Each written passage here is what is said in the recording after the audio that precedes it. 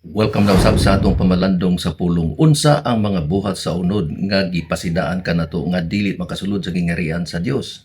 Galacia 5:9-21 atong basahon og dayag kayo mga buhat sa unod nga mao kini.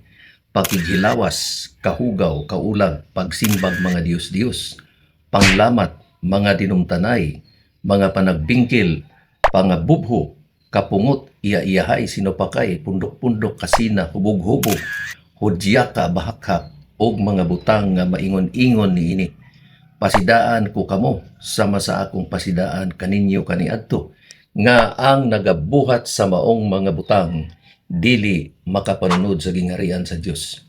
Higala, unsa ang imong pangunahuna ni ining pasidaan kanato? Kini nga mga buhat ginahimo pa ba nato?